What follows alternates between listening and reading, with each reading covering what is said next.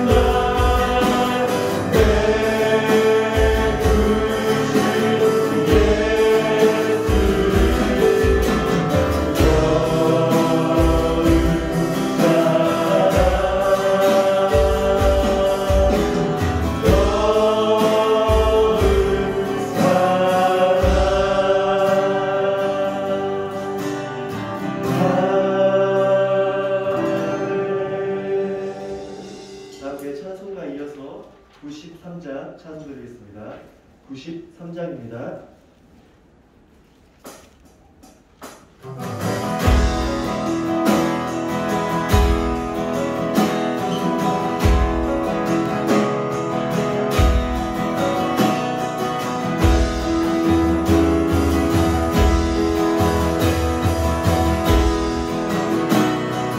예수는 나의 기억, 예수는 나의 기억.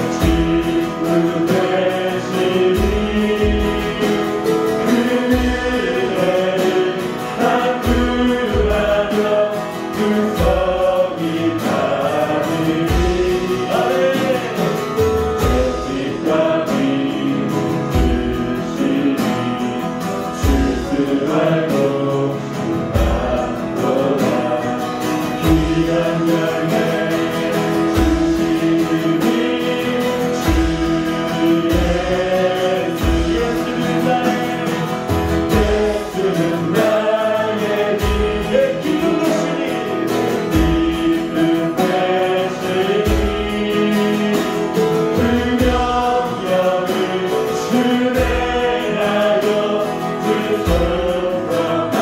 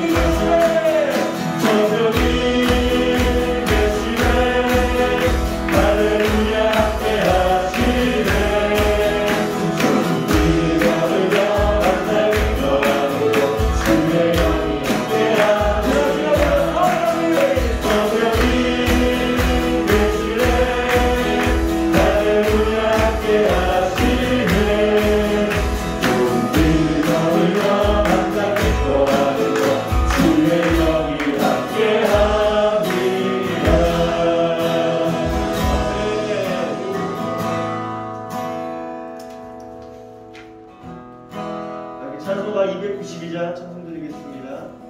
292장입니다.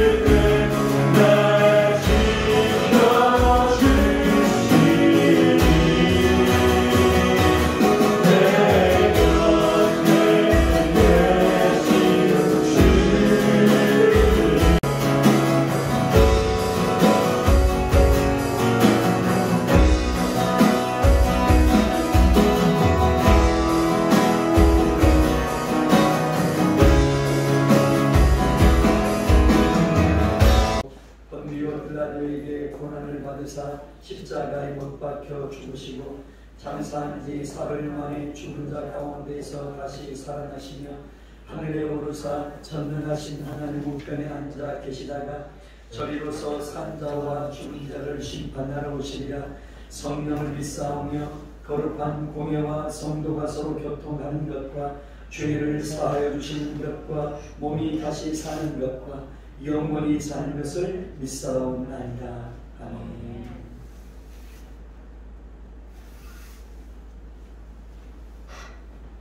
하나님 아버지, 우리를 사랑하시고 우리를 하나님 아빠 아버지라고 부르게 하시니 감사합니다. 이 시간 목양의 가족들이 예배당에서 그리고 가정과 학교에서 하나님을 예배하기 위해서 모였습니다. 어느 곳에 있든지 우리 어린아이부터 어른이 세상과 정부와 코로나를 탓하기 전에 하나님의 원리로 자녀된 우리가 믿음으로 주님 앞에 나아갈 수 있도록 그리고 이 땅의 모든 그리스도인과 교회가 되기를 간절히 기도합니다. 특별히 믿음이 연약하고 구원의 확신이 없는 영혼들이 말씀에 굳건히 설 수 있도록 도와주시옵소서. 성령 하나님, 이 시간 각 초소에 임하여 주시고 성령님의 감동으로 각자에게 말씀하여 주시고 말씀하심을 또한 들을 수 있도록 귀에 영의 귀를 열어 주시옵소서. 하나님 아버지, 지금 지구촌 곳곳에 계신 선교사님들과 그 사역이 멈춰진 선교사님들을 기억하여 주시고 저들을 돕는 은혜가 끊이지 않도록 도와주시옵소서. 주님의 때에 복음이 필요한 곳에는 주님께서 보내실 것을 믿습니다. 하나님, 우리 목양의 성경 건축을 주님의 선언에 올려드립니다. 이 모든 과정 가운데 주님의 마음과 뜻을 알게 하시고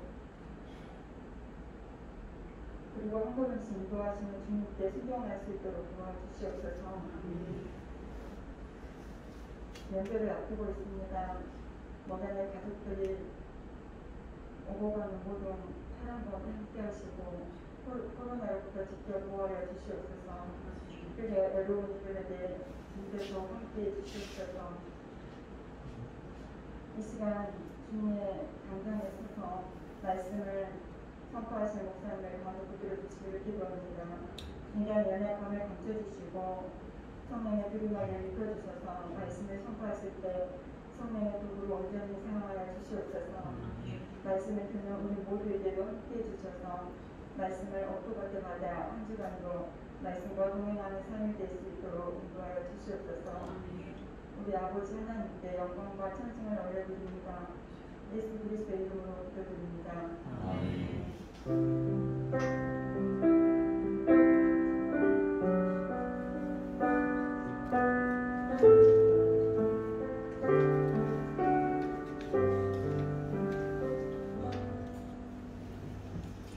하나님의 말씀은 구약성경 사무엘상 7장 1절로 12절 말씀이 되겠습니다. 구약성경 제성경으로 416쪽입니다. 사무엘상 7장 1절로 12절까지 말씀을 한 목소리로 읽도록 하겠습니다. 영상으로 보신 우리 성도들께서도 말씀을 다 찾으셔야 되겠습니다. 찾으셔서 함께 말씀을 저랑 같이 읽도록 하겠습니다. 볼륨을 다 키웠나요? 1절부터 12절까지 함께 읽겠습니다. 기랏 여야림 사람들이 와서 여호와의 궤를 옮겨 산에 사는 아비나답의 집에 들여놓고 그의 아들 엘리야사를 거룩하게 구별하여 여호와의 궤를 지키게 하였더니 그가 기랏 여아림에 들어간 날부터 20년 동안 오래 있은지라. 이스라엘 온 족속이 여호와를 사모하니라. 사무엘이 이스라엘 온 족속에게 말하여 이르되 만일 너희가 전심으로 여호와께 돌아오려거든 이방신들과 아스다롯을 너희 중에서 제거하고 너희 마음을 여호와께로 향하여 그만을 섬기라. 그리하면 너희를 블레셋 사람의 손에서 건져내시리라. 이에 이스라엘 자손이 바알들과 아스다롯을 제거하고 여호와만 섬기니라. 사무엘이 이르되 온 이스라엘을 미스바로 모이라. 내가 너희를 위하여 여호와께 기도하리라 하니 그들이 미스바에 모여 물을 길어 여호와 앞에 붓고 그날 종일 금식하고 거기에서 이르되 우리가 여호와께 범죄하였나이다 하니라. 사무엘이 미스바에서 이스라엘 자손을 다스리니라. 이스라엘 자손이 미스바에 모였다함을 블레셋 사람들이 듣고 그들의 방백들이 이스라엘을 치러 올라온지라. 이스라엘 자손들이 듣고 블레셋 사람들을 두려워하여 이스라엘 자손이 사무엘에게 이르되 당신은 우리를 위하여 우리 하나님 여호와께 쉬지 말고 부르짖어 우리를 블레셋 사람들의 손에서 구원하시게 하소서 하니 사무엘이 젖먹는 어린 양 하나를 가져다가 온전한 번제를 여호와께 드리고 이스라엘을 위하여 여호와께 부르짖으매 여호와께서 응답하셨더라. 사무엘이 번제를 드릴 때 블레셋 사람이 이스라엘과 싸우려고 가까이 오매 그날에 여호와께서 블레셋 사람에게 큰 무례를 바라여 그들을 어지럽게 하시니 이스라엘 앞에 패한지라. 이스라엘 사람들이 미스바에서 나가서 사람들을 추격하여 벳갈 아에 이르기까지 쳤더라. 사무엘이 돌을 취하여 미스바와 샘 사이에 세워 이르되 여호와께서 여기까지 우리를 도우셨다 하고 그 이름을 에베네셀이라 하니라. 아멘. 오늘 본문 2절에 보시면 법궤가 기럇 여아림이 있었다라고 기록하고 있습니다. 이 기럇 여아림은 이스라엘과 블레셋 국경에 있는 변방 도시가 되겠습니다. 너무나 귀중한 법궤가 20년 동안 이스라엘 중심이 아니라 변방에 있었다는 것입니다. 이 법궤는요, 아시겠지만 이스라엘 사람들에게는 하나님의 임재의 상징이 있는, 하나님이 법궤 위에 속죄소 위에 임하신다라고 하는, 그래서 법궤가 가는 곳에 하나님이 함께 하신다라고 하는 그런 믿음이 있었습니다. 이스라엘이 오래전 애굽을 탈출해서 나왔습니다. 탈출한 지 약 3개월의 시간을 지난 후에 시내산에 도착했습니다. 모세가 사명을 받았던 특별한 산입니다. 거기 시내산에서 거의 1년을 머물면서 하나님의 말씀을 받습니다. 말씀의 가르침을 받습니다. 그리고 그때 받았던 말씀 10계명을 법궤를 만들어 가지고 그 속에 보관했습니다. 또한 그 성막을 하나님께서 가르쳐 주신 명령하신 규격대로 최초로 성막을 또 완성했습니다. 그 성막에서도 가장 안쪽이 지성소라고 하는 곳입니다. 그 지성소에는 1년에 딱 한 번 대제사장만이 들어갈 수 있는 특별한 곳입니다. 바로 그 지성소에 법궤를 모셨고 하나님은 그 법궤 위에 오셨다는 것입니다. 그래서 이스라엘 백성들의 이 법궤는요, 너무너무 소중한 겁니다. 이스라엘 백성들이 그렇게 40년의 광야 생활을 마친 후에 가나안 땅에 들어가잖아요. 가나안 땅에 들어가서 실로라는 곳에 성막을 모십니다. 당연히 법궤도 실로에 있었겠지요. 자연스럽게 실로라고 하는 그 지역은 이스라엘 백성들의 삶의 중심지고 하나님을 예배하는 영적 중심지가 되었습니다. 백성들은 성막과 법궤를 보면서 하나님께서 자기들과 함께 계시다는 그 확신 속에 힘있게 살 수가 있었다라고 하는 것입니다.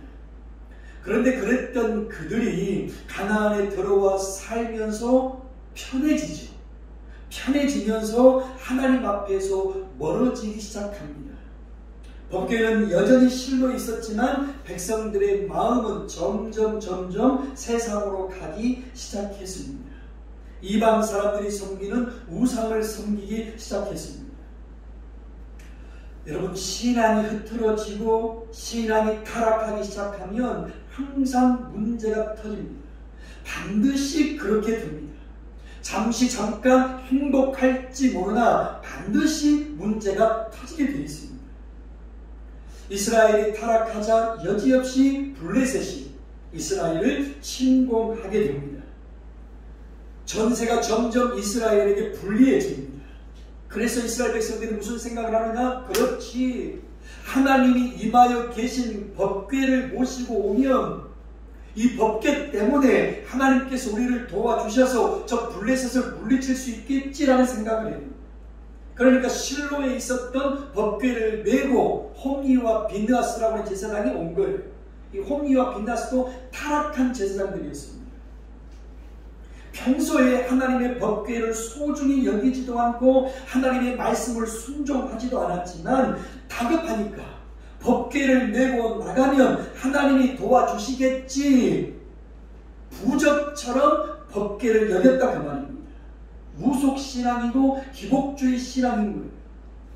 근데 하나님은요, 말씀에 순종하지도 않는 백성들에게 그렇게 이용당하는 분이 아닙니다.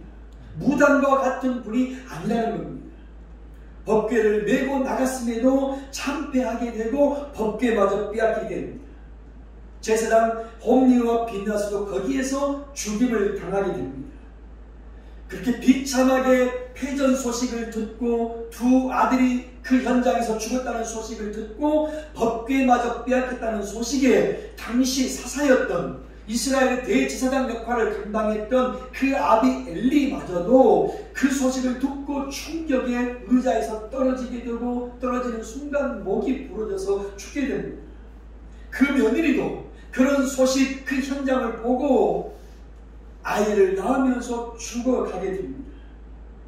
전쟁에서도 지고 법궤도 빼앗기고 가문도 박살이 난 겁니다.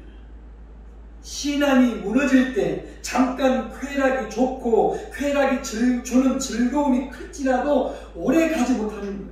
반드시 끝이 있다는 겁니다.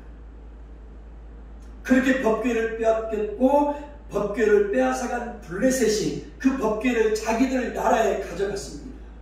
7개월 동안 블레셋 땅에 법궤가 있었습니다.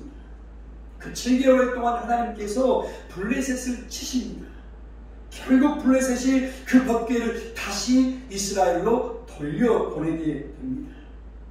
그래서 이스라엘과 블레셋의 국경 마을이 기럇 여아림이라고 하는 그 지역으로 보내게 된 거예요. 이것이 오늘 저와 여러분 읽은 사무엘상 7장 이전의 상황입니다. 근데요, 그렇게 법궤가 기럇 여아림이라고 하는 땅에 왔는데 20년이 지나도록 실로로 옮기지 않았습니다. 성막이 있는, 하나님의 성막이 있는 그곳에 다시 법궤를 가져오지 않고 20년 동안을 방치했다는 겁니다. 이게 무엇을 의미하는 겁니까? 이스라엘의 영적 상태를 지금 고발하고 있는 거예요. 하나님이 그들 속에 없었다는 것을 고발하는 거예요. 오늘 2절 말씀은요, 저와 여러분에게도 중요한 질문을 던지고 있습니다. 괴가 기럇 여아림에 들어간 나이부터 20년 동안 오래 있은지라라고 하는 그 말씀을 통해서 저와 여러분에게 질문하는 거예요. 지금 너는 하나님을 어디에 모시고 있느냐라는 거예요. 네가 하나님을 믿고 섬긴다고 하기는 하지만 하나님께서 네 삶의 중심에 계시느냐는 거예요.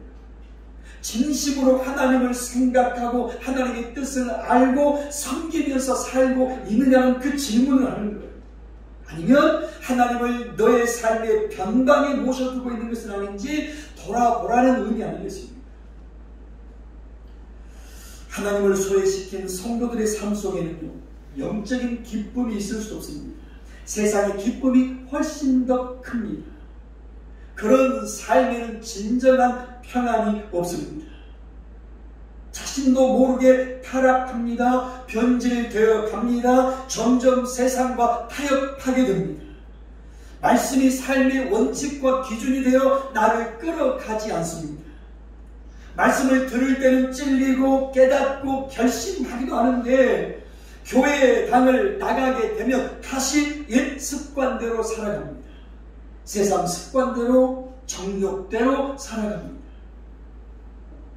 오늘 말씀을 듣는 저와 여러분, 우리 모든 성도들의 중심에 한가운데 하나님이 계시기를 주의 이름으로 축복합니다.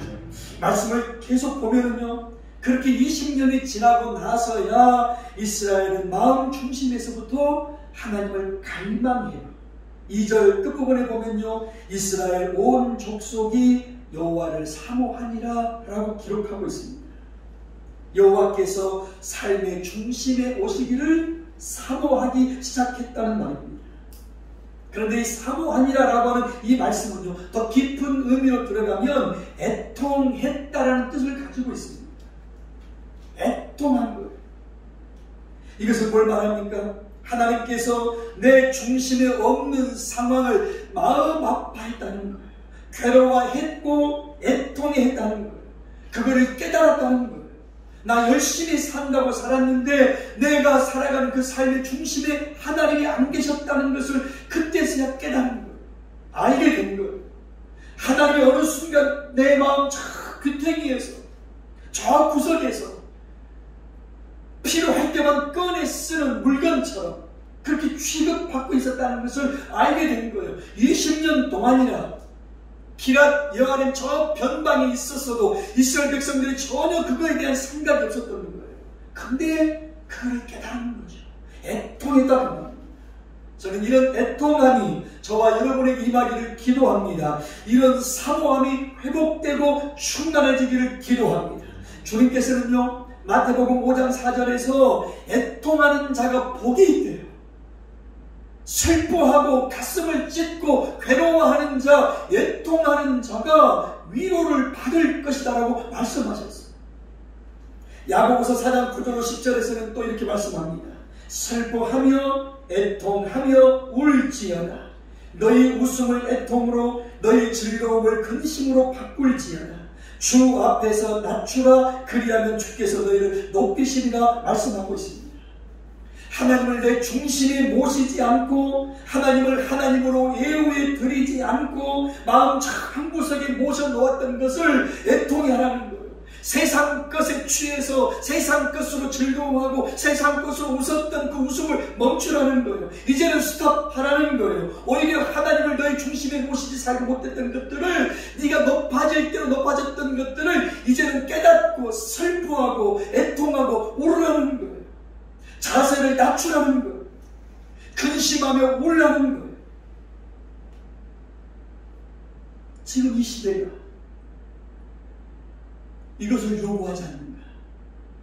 하나님께서 우리 교회들에게, 우리 성도들에게 이것을 요구하지 않는가? 세상 것이 즐거워서, 세상 것이 너무 좋아서, 그것에 취해서, 그것을 기뻐하고, 그것을 즐거워했던 것, 이제는 바꾸어서 슬퍼하고, 애통하고, 울고, 너희 즐거움을 근심으로 바꾸고, 너희 웃음을 애통으로 바꾸어서, 주 앞에서 낮추어서, 하나님께 기도할 때가 아닌가.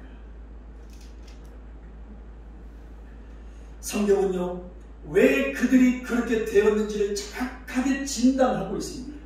그게 3절 말씀인데요, 우리 3절 말씀을 함께 읽도록 하시죠. 3절 말씀입니다. 사무엘이 이스라엘 온 족속에게 말하여 이르되 만일 너희가 전심으로 여호와께 돌아오려거든 이방 신들과 아스다롯을 너희 중에서 제거하고 너희 마음을 여호와께로 향하여 그만을 섬기라. 그리하면 너희를 블레셋 사람의 손에서 건져내시리라. 아멘. 너희가 하나님을 떠나서 우상을 섬긴 것 때문에 그렇게 되었다는 것입니다.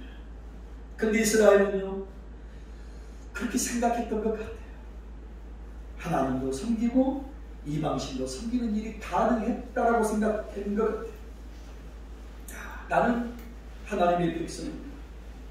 나는 하나님을 믿고 있어. 하지만 모든 생활을 말씀대로만 살 수 없는 거 아닌가?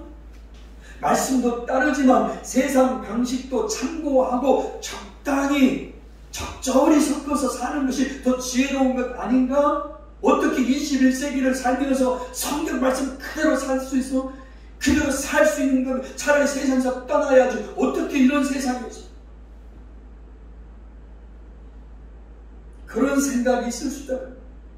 두 마음을 품었다는 것입니다. 두 주인을 섬기려 했다는 것입니다. 그런데 사무엘은요, 오직 하나님만을 섬기자고 촉구하고 있는 겁니다. 이것이 오늘 우리를 향한, 저와 여러분을 향한 성령님의 촉구입니다. 오직 하나님만을 섬기라는 것입니다.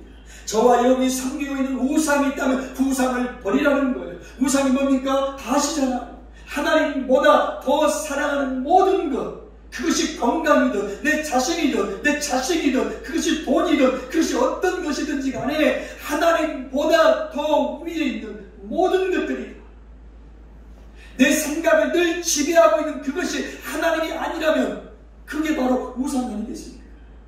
이 우상을 제거하지 않고 이것을 애통하고 이것을 근심하고 이것을 낮추어서 버리지 않으면 하나님을 섬길 수 없다는 거예요. 하나님을 섬긴다는 게 불가능하다는 거예요. 다행히도 이스라엘이 사무엘의 이 명령에 순종합니다. 4절 말씀 같이 보시죠. 4절입니다.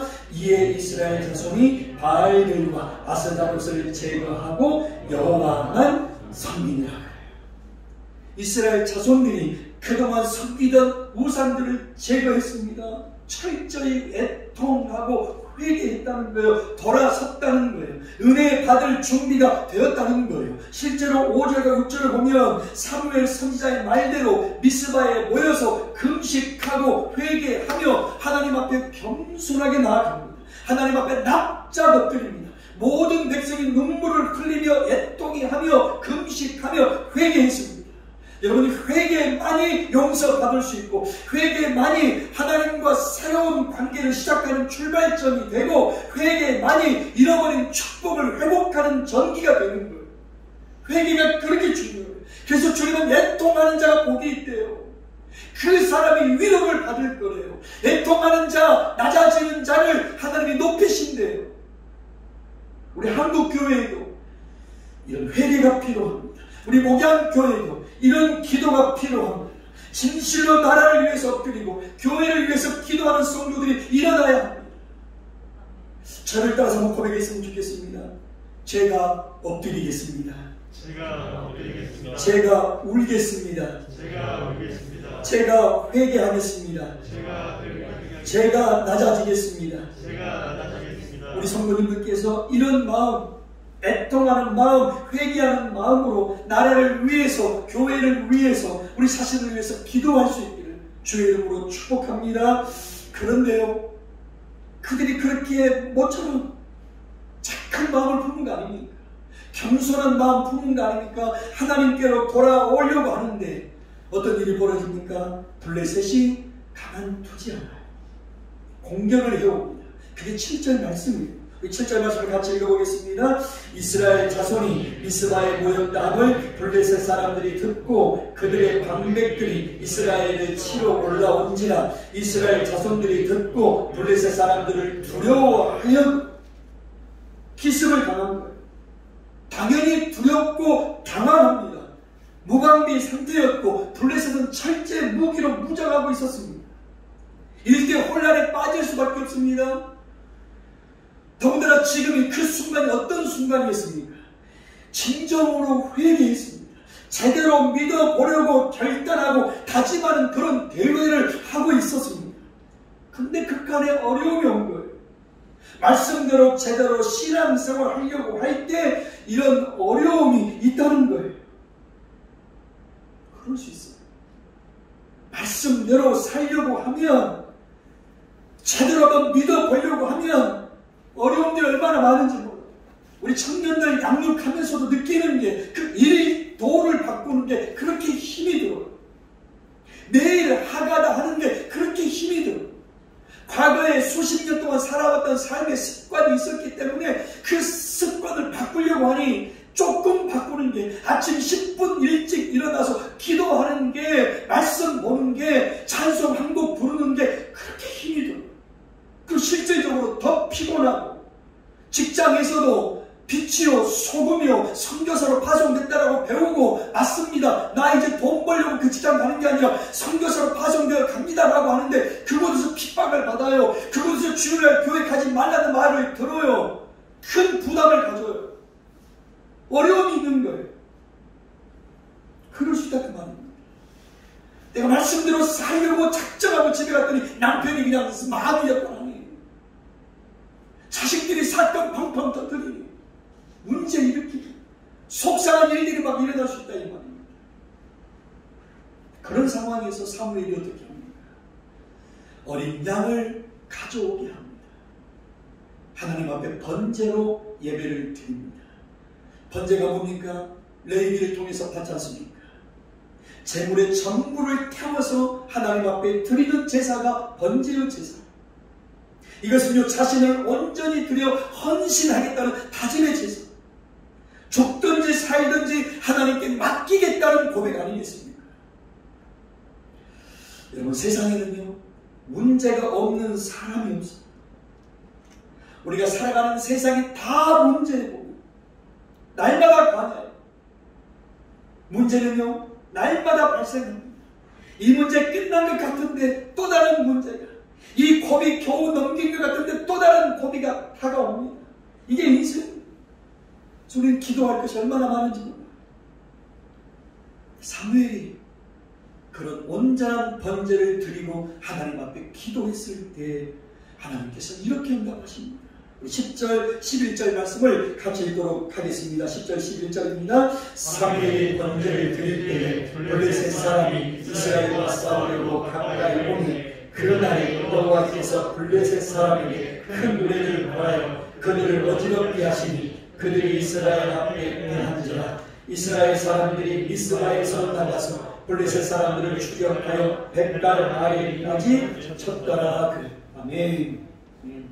하나님께서 우레를 바라시고 블레셋 사람들을 어지럽게 하시고 이스라엘이 하나님만을 섬기기로 결단하고 온전한 번제를 드릴 때 하나님께서 응답하십니다.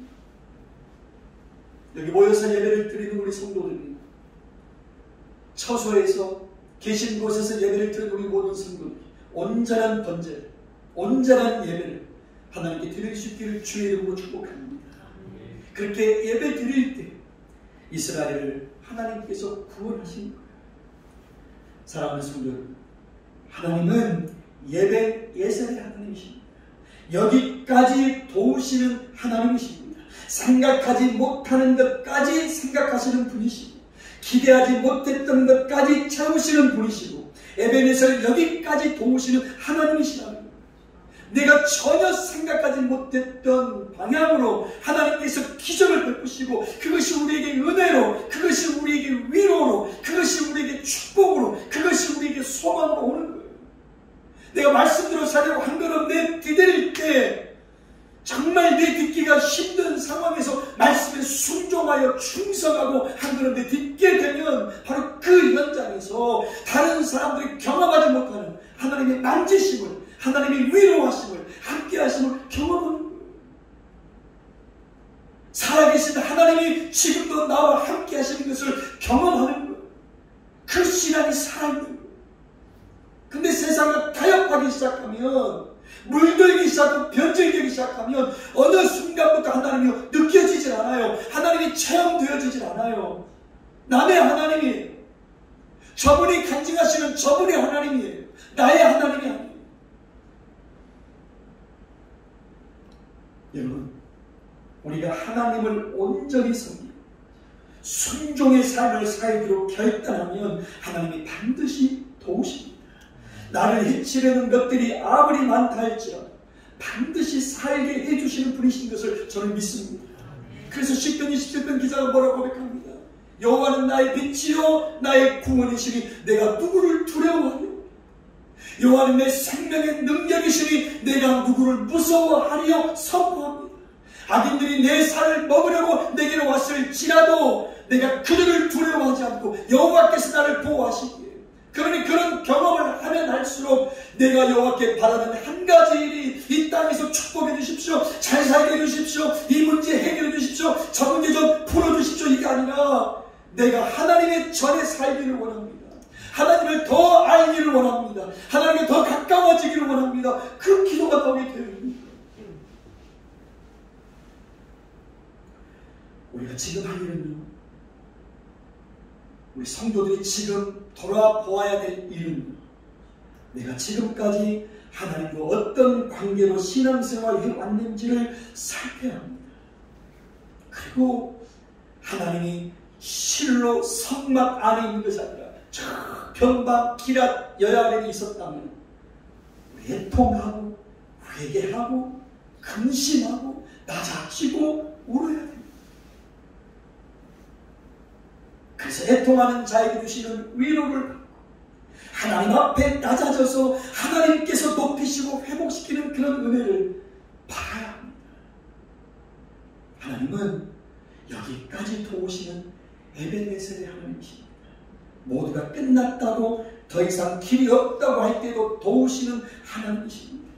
하나님의 그 은혜를 경험하는 우리 모든 성도들, 저와 여러분 될 수 있기를 주의 이름으로 축복합니다.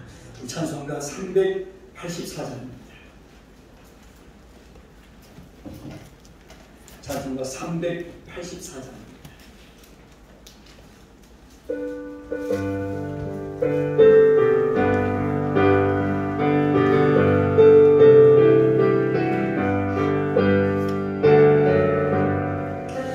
나의 갈길 달아도 예수님 너하시네 내 주머니에 있는 금을 어찌으시나이요 믿음으로 사는 자는 하늘 위로 확den되 무슨 죄를 만나든지 반사형통 받으리라 무슨 죄를 만나든지 반사형통 받으리라 나의 걸길 나가도 예수님 너하시네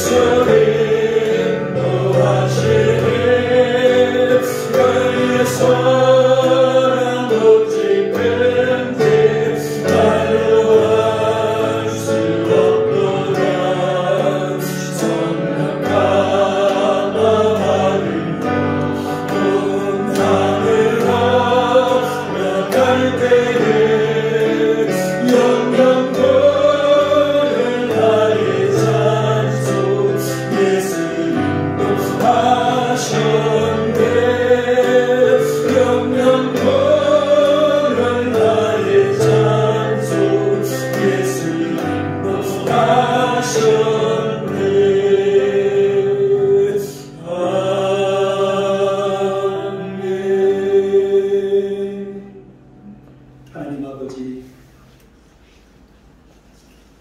애통할 때 애통할지 모르고 근심하며 울어야 할 때 세상 것에 취해서 쾌락에 겨워서 그것이 행복인 줄 알고 우리 하나님의 저 변방에 모시지는 않았는지 우리 자신을 점검합니다. 하나님께 엎드려 나라와 민족과 교회를 위해 기도할 사람을 찾으시니 때 우리가 애통하겠습니다. 우리가 낮아지겠습니다. 우리가 울며 하나님 앞에 나라와 민족을 위해 기도하겠습니다. 우리의 기도를 들으시고 이 땅의 모든 그리스도인들이 깨어 일어나게 하시고 이제 내 중심에 하나님을 모셔서 하나님을 하나님으로 예우에 드리는 우리 모두가 되게 하여 주시옵소서. 온전한 예배자가 되게 하시고 삶의 현장에서도 빛과 소금이 되어 이 땅의 어둠을 밝히는 빛을 비추는 하나님의 대행자들 하늘나라 대사들이 다 되게 하여 주시옵소서.